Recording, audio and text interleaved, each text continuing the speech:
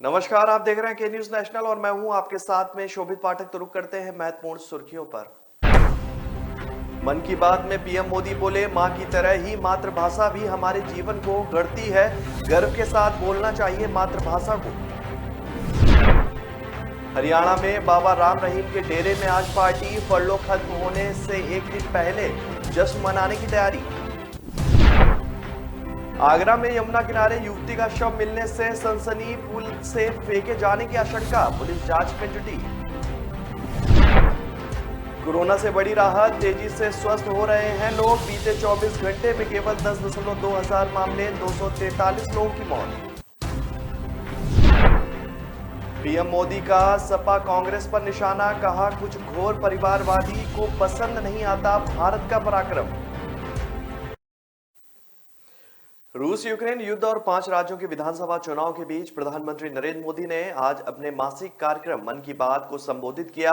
अपने संबोधन के दौरान सबसे पहले उन्होंने भारत से चोरी हुई मूर्तियों को देश में वापस लाने पर बात की। पीएम मोदी ने कहा कि पिछले 7 वर्षों में भारत ने 200 से अधिक कीमती मूर्तियों को सफलतापूर्वक वापस देश लाया गया है। पीएम मोदी ने कहा कि कुछ वर्ष पहले तमिलनाडु के वेल्लूर से भगवान आंजनेयर हनुमान जी की प्रतिमा चोरी हो गई थी। हनुमान जी की ये चोरी मूर्ति 600-700 साल पुरानी थी और इस महीने की शुरुआत में ऑस्ट्रेलिया में हमें ये प्राप्त हो गई। इसके अलावा इस महीने की शुरुआत में भारत इटली से अपनी एक बहुमूल्य धरोहर को लाने में सफल हुआ है। ये धरोहर पद्मा पहाड़ी के 1000 साल से भी ज्यादा पुरानी प्रतिमा है।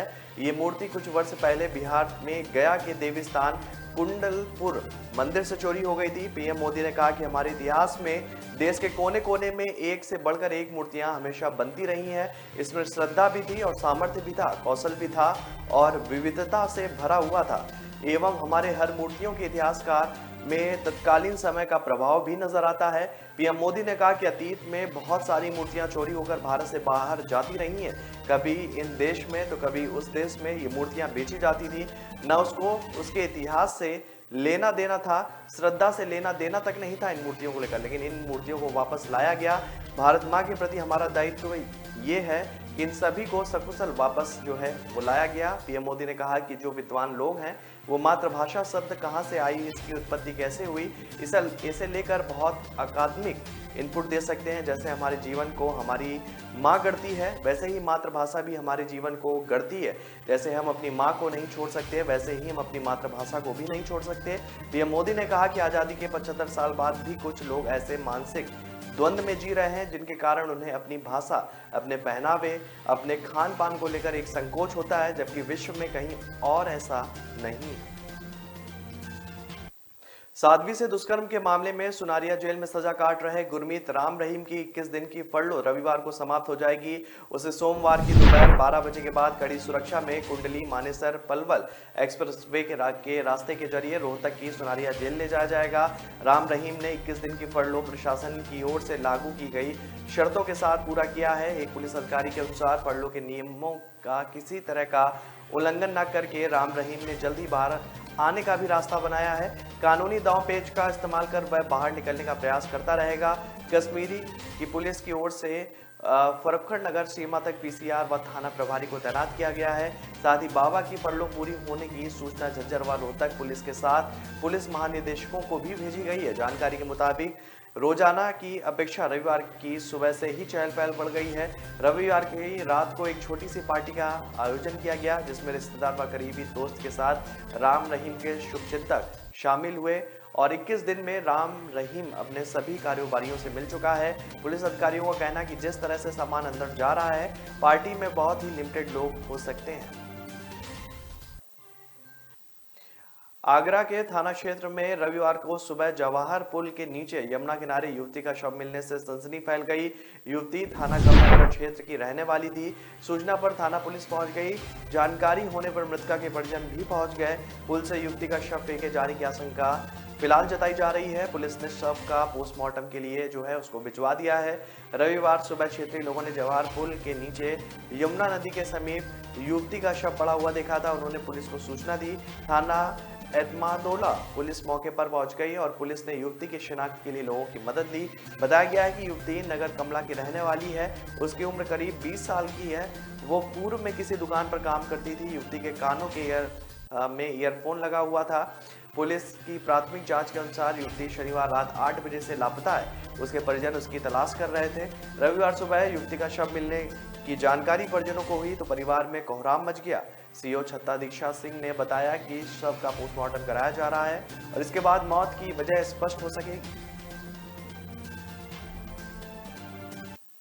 देश में कोरोना महामारी का प्रसार तेजी से कम होता जा रहा है। संक्रमितों की संख्या में जहां भारी कमी हो रही है, वहीं मृतकों का आंकड़ा भी अब तेजी से कम हो रहा है। स्वास्थ्य मंत्रालय द्वारा जारी आंकड़ों के अनुसार बीते 24 घंटे में कोरोना के 10,273 मामले सामने आए हैं और इस दौरान 243 लोगों की मौत हो गई है। सबसे बड़ी राहत की बात यह है कि देश में अब 1.11 लाख सक्रिय मामले ही बचे हैं। सक्रिय मामलों में भारी कमी का मतलब है कि कोरोना संक्रमित मरीज जो है वो तेजी से स्वस्थ हो रहे हैं। वहीं महामारी की शुरुआत से अब तक स्वस्थ होने वाले कुल मरीजों की संख्या 4.22 करोड़ हो गई है। रोजाना संक्रमण दर की बात करें तो यह घटकर केवल 1% रह गई है, जो कि राहत भरी खबर है। दिल्ली में बीते 24 घंटे में कोरोना संक्रमण के 440 नए मामले सामने आए और महामारी से 2 मरीजों की इस दौरान मौत भी हो गई है। संक्रमण की दर 0.83% दर्ज की गई है। स्वास्थ्य विभाग द्वारा जारी एक बुलेटिन में यह जानकारी दी गई। राष्ट्रीय राजधानी दिल्ली में अब तक संक्रमण के 18,59,054 मामले सामने आ चुके हैं और मृतकों की संख्या 26,119 पर पहुंच गई है। प्रधानमंत्री नरेंद्र मोदी आज यूपी के बस्ती में जनसभा को संबोधित करते हुए बिना लोगों के नाम लिए हुए कांग्रेस और समाजवादी पार्टी पर उन्होंने जमकर निशाना साधा। पीएम मोदी ने कहा कि ऑपरेशन गंगा चलाकर हम यूक्रेन से सभी हजारों भारतीयों को वापस ला रहे हैं। हमारे जो बेटे बेटी अभी भी वहां हैं, उन्हें पूरी तरह सुरक्षा के साथ अपने घर पहुंचाने के लिए सरकार दिन रात काम कर रही है। लेकिन भारत का ये पराक्रम दिल्ली और यूपी में बैठे कुछ घोर परिवारवादियों को पसंद नहीं आता। ये लोग आज भी हमारी सेनाओं से सबूत मांगते हैं, उनके सामर्थ्य पर विश्वास नहीं करते। इसलिए ऐसे लोगों से यूपी की जनता को बहुत सतर्क रहना चाहिए। शराब पर छूट का खेल दिल्ली में जारी है। एक बोतल पर एक बोतल मुफ्त मिलने की वजह से शराब की दुकानों के बाहर जहां लंबी लंबी लाइनें लग गई हैं, वहीं दुकान के भीतर भीड़ भी उमड़ रही है। शराब के शौकीनों के सामने सभी कोविड प्रतिबंध ही तार नहीं हो रहा है, बल्कि नई आबकारी नीति में जो मानदंड दुकानों के लिए बनाए गए थे वह भी टूट गए हैं। ग्राहकों को मनपसंद शराब भी नहीं मिल पा रही है और उसकी जगह दूसरे ब्रांड की बिक्री की जा रही है। उधर प्रदेश भाजपा की तरफ से मुख्यमंत्री को एक पत्र भी लिखा गया है। पत्र के माध्यम से निजी ठेकेदारों द्वारा चलाई जा रही शराब प्रमोशन स्कीम को लेकर विरोध दर्ज किया गया है। साथ ही नई आबकारी नीति में संशोधन की मांग भी की गई है। प्रदेश भाजपा प्रवक्ता प्रवीण शंकर कपूर ने पत्र में कहा कि नई शराब नीति आने के बाद कई तरह की समस्याएं सामने आ रही हैं। निजी ठेकेदार शराब की खपत बढ़ाने के लिए स्कीम चला रहे हैं। इस स्कीम के चलते लोगों के हाथ में अधिक शराब पहुंच रही है। इसके परिणाम स्वरूप लोगों में खासकर युवाओं में शराब की खपत बढ़ रही है। शराब ठेकों पर लड़ाई झगड़े के मामले भी बढ़ रहे हैं। पत्र में कहा गया है कि एक नागरिक को ध्यान में रख नई आबकारी नीति में संशोधन होना चाहिए। शराब ठेके खुलने का समय 12 बजे के बाद तय किया जाना चाहिए ताकि स्कूल कॉलेज में पढ़ने वाले छात्र इस नशे से दूर रह सकें। तो ब्रेक पर जाने से पहले रुक करते हैं महत्वपूर्ण सुर्खियों पर। मन की बात में पीएम मोदी बोले, मां की तरह ही मातृभाषा भी हमारे जीवन को गढ़ती है। गर्व के साथ बोलना चाहिए मातृभाषा को। हरियाणा में बाबा राम रहीम के डेरे में आज पार्टी, फरलो खत्म होने से एक दिन पहले जश्न मनाने की तैयारी। आगरा में यमुना किनारे युवती का शव मिलने से सनसनी, पुल से फेंके जाने की आशंका, पुलिस जांच में जुटी। कोरोना से बड़ी राहत, तेजी से स्वस्थ हो रहे हैं लोग। बीते 24 घंटे में केवल 10.2 हजार मामले, 243 लोगों की मौत। पीएम मोदी का सपा कांग्रेस पर निशाना, कहा कुछ घोर परिवारवादी को पसंद नहीं आता भारत का पराक्रम। न ऐश का न द्वेष का, यह दंगल है देश का। सुलगती समस्याओं के झुलसते सवालों का होगा दंगल देश का। प्रशासन के प्रश्नों को लेकर होगा दंगल देश का। शिक्षा, स्वास्थ्य, समाज, कानून और व्यवस्था के आज क्या है हालात। सोमवार से शुक्रवार रोज रात 8 बजे जलपा क्षत्रिय के साथ दंगल देश का। ब्रेक के बाद फिर स्वागत है आपका। रुक करते हैं आगे की महत्वपूर्ण खबरों पर। भारत दुनिया में इकलौता देश है जिसने आज तक कभी किसी अन्य देश पर हमला नहीं किया है और ना ही उसकी भूमि का 1 इंच भी कब्जा किसी देश कर पाया है। यह बात देश के रक्षा मंत्री राजनाथ सिंह ने शनिवार को दिल्ली विश्वविद्यालय के 98वें दीक्षांत समारोह में कही। दिल्ली विश्वविद्यालय के दीक्षांत समारोह में मुख्य अतिथि के तौर पर बोलते हुए राजनाथ सिंह ने कहा कि भारत शक्ति दुनिया की भलाई के लिए है, ना कि किसी को डराने के लिए। दीक्षांत समारोह के दौरान जो है 1,73,443 लोगों को, छात्रों को डिजिटल डिग्री प्रदान की गई। राजनाथ ने आगे कहा कि हमारा सपना भारत को जगत गुरु बनाने का है। हम भारत को शक्तिशाली ज्ञान के क्षेत्र में समृद्ध बनाना चाहते हैं, जहां संस्कारिक मूल्य भी हो। अब तो पूरा विश्व मानता है कि एक समय में भारत शिक्षा और विज्ञान समेत कई क्षेत्रों में दुनिया का नेतृत्व करता था, लेकिन कुछ ऐसे बुद्धिजीवी हैं जिन्होंने देश की सांस्कृतिक विरासत को धूमिल करने का काम किया है। रक्षा मंत्री ने कहा कि मेरे युवा साथी, हमें यह याद रखना चाहिए कि आज का यह समारोह दीक्षांत समारोह है, शिक्षांत समारोह नहीं है। मेरा तो यह मानना है कि दीक्षांत के बाद असली शिक्षा की शुरुआत होती है और शिक्षा एक ऐसा सफर है जो सारी जिंदगी चलता रहता है। पंजाब भाखड़ा व्यास मैनेजमेंट बोर्ड की स्थापना को मान्यता नहीं देता है और इस संबंध में एक मुकदमा सुप्रीम कोर्ट में लंबित है। यह खुलासा शनिवार को पंजाब प्रदेश कांग्रेस के पूर्व अध्यक्ष सुनील जाखड़ ने जो है मुख्यमंत्री चरणजीत सिंह चन्नी को लिखे एक पत्र में किया है। पत्र में उन्होंने मुख्यमंत्री से मांग की है कि वह केंद्र सरकार की ओर से बीबीएमबी की स्थायी सदस्यता से पंजाब और हरियाणा को अलग किए जाने के फैसले का विरोध दर्ज कराएं और इस संबंध में एक सर्वदलीय प्रतिनिधि मंडल के साथ प्रधानमंत्री से मुलाकात भी करें। पत्र में उन्होंने कहा कि पंजाब हरियाणा बीबीएमबी के मालिक हैं और सारा खर्च उठा रहे हैं। जाखड़ ने पत्र में लिखा और यह मानते हुए कि बच्चे का जन्म अमान्य है, पंजाब ने कभी भी बीबीएमबी की स्थापना को मान्यता नहीं दी है। उन्होंने कहा कि बीबीएमबी की स्थापना पंजाब पुनर्गठन अधिनियम 1966 की धारा 78-80 के तहत की गई थी। पंजाब ने इन धाराओं की संवैधानिक वैधता को संविधान के अनुच्छेद 131 के तहत चुनौती दी है, जो सर्वोच्च न्यायालय में लंबित है। पंजाब का कहना है कि पंजाब पुनर्गठन अधिनियम 1966 को संविधान के अनुच्छेद 3 के तहत निहित किया गया है और इसलिए बीबीएमबी की ओर से किए जा रहे अंतर्राज्यीय जल के जो है वितरण, नियंत्रण और प्रबंधन को इस अधिनियम के तहत निपटाया जा सकता है। उन्होंने कहा कि अंतर्राज्यीय जल विवरण, नियंत्रण और प्रबंधन संविधान के अनुच्छेद 265 के तहत आते हैं और संविधान के इन प्रावधानों के तहत कोई कानून नहीं बनाया गया। इसके अलावा पानी राज्य सूची की प्रविष्टि जो है 17 के तहत राज्य के विषय और जल राज्य जल संविधान की संघ सूची की प्रविष्टि जो है वो 56 के तहत आता है।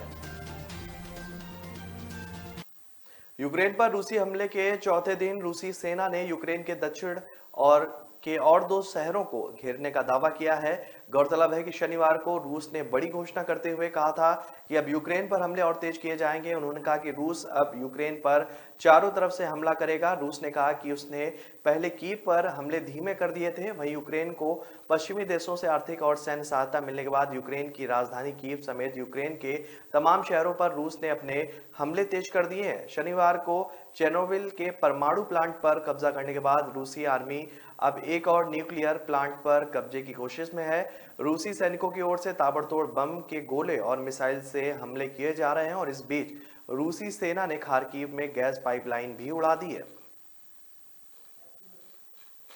प्रतापगढ़ के कुंडा विधानसभा के पहाड़पुर बनोही गांव में मतदान केंद्र पर जा रहे सपा प्रत्याशी गुलशन यादव पर 50 लोगों ने जानलेवा हमला कर दिया है। हमलावरों में गुलशन यादव के काफिले की 3 गाड़ियां तोड़ डाली गई और आरोप है कि इस दौरान 3 राउंड फायरिंग भी की गई है। खबर पाकर भारी फोर्स मौके पर पहुंची। सपा प्रत्याशी गुलशन यादव रविवार की सुबह करीब 11 बजे अपने समर्थकों के साथ कुंडा के पहाड़पुर में मतदान केंद्र पर जा रहे थे। मतदान केंद्र से कुछ दूर पहले 50 से अधिक संख्या में लोगों ने उनकी गाड़ी पर पथराव शुरू कर दिया और उनकी 3 गाड़ियों के शीशे टूट गए। मतदान केंद्र के पास मौजूद रही फोर्स भागकर मौके पर पहुंची और हमलावरों को दौड़ाया। हमलावर खेतों से होते हुए भाग निकले। बवाल की खबर पाकर एडिशनल एसपी रोहित मिश्रा भारी फोर्स लेकर पहुंचे। इस दौरान करीब आधे घंटे तक मतदान बाधित रहा। पुलिस अपनी सुरक्षा में गुलशन यादव को लेकर आगे जा रही थी, तभी सामने से दूसरे पक्ष का एक समर्थक आता है दिखा। गुलशन के समर्थकों ने सड़क पर ही गाड़ी रोककर उसे पीटना शुरू कर दिया। पुलिस के सामने ही उसे पीटा जाता रहा। इस दौरान दूसरी तरफ खेतों की तरफ से मौजूद रहे हमलावर भी भागकर मौके की तरफ आने लगे और इस दौरान पुलिस ने लाठियां लेकर उन्हें दूर तक दौड़ाया। रास्ते में मिली 3 स्कूटी और मोटरसाइकिल पूरी तरह से तोड़ डाली गई। बाद में पुलिस किसी तरह गुलशन को लेकर आगे के लिए रवाना हुई। तो ब्रेक पर जाने से पहले रुक करते हैं महत्वपूर्ण सुर्खियों पर। मन की बात में पीएम मोदी बोले, मां की तरह ही मातृभाषा भी हमारे जीवन को गढ़ती है। गर्व के साथ बोलना चाहिए मातृभाषा को। हरियाणा में बाबा राम रहीम के डेरे में आज पार्टी, फरलो खत्म होने से एक दिन पहले जश्न मनाने की तैयारी। आगरा में यमुना किनारे युवती का शव मिलने से सनसनी, पुल से फेंके जाने की आशंका, पुलिस जांच में जुटी।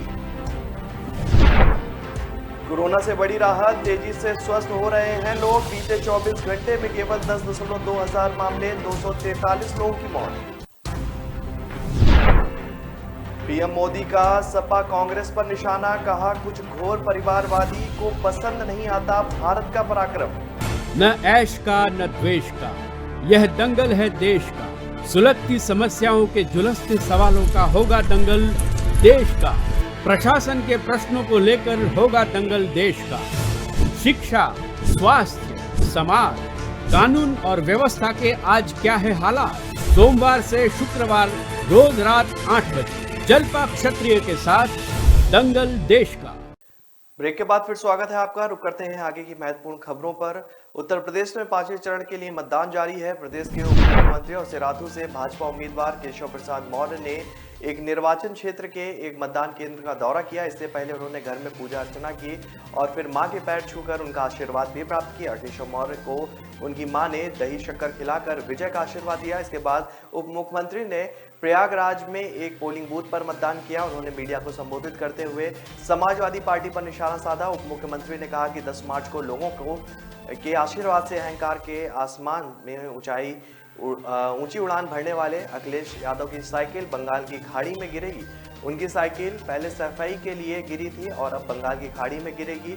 उन्होंने आगे कहा कि मुझे विश्वास है कि सिराथू के लोग कमल खिलाएंगे और सिराथू के बेटे को भारी मतों से जीत दिलाएंगे। भाजपा सरकार उत्तर प्रदेश के 24 करोड़ लोगों के कल्याण के लिए काम कर रही है, इसलिए लोगों ने मन बना लिया है कि कमल खिलाना है।